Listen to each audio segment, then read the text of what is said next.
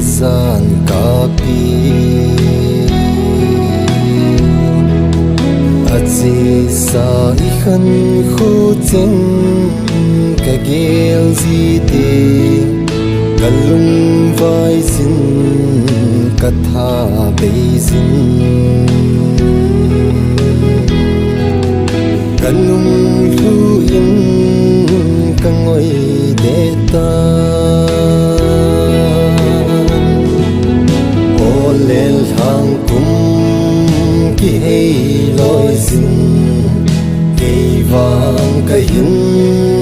nom tapu kei gen thei tho bang in koi ma tho da jing han lung se za lim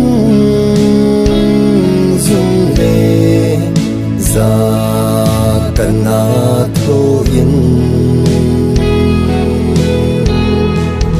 ka gel zi te lon li ka long zi ta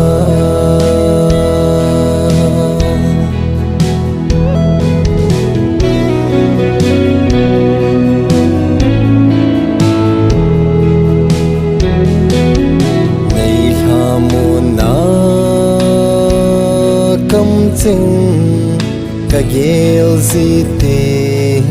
ka thin lung la nung lo lung gel zing khu a tho zo poi ka nom poi ze ka da dan da hin la ke di pai saina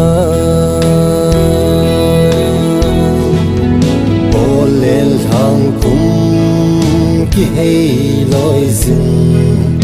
kei vang ka yin nom tapu kei gen thei tho bang in koi ma da jing han lung se za lim zum le za kana tho in ka gel zi te lon li ka long zi ta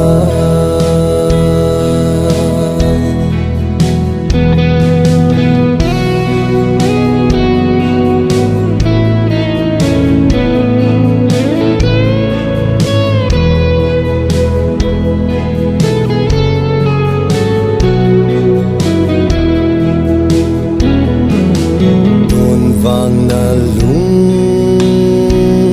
dei lam sun mei tan o ka hin tha su meng cha in zu cha a chan bang in kana chang in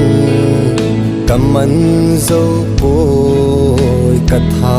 zo poi vahing kila bang ta na te olel hang kum ki hei loi zin kei vang ka hin nom tapu kei gen thei tho bang in da jing han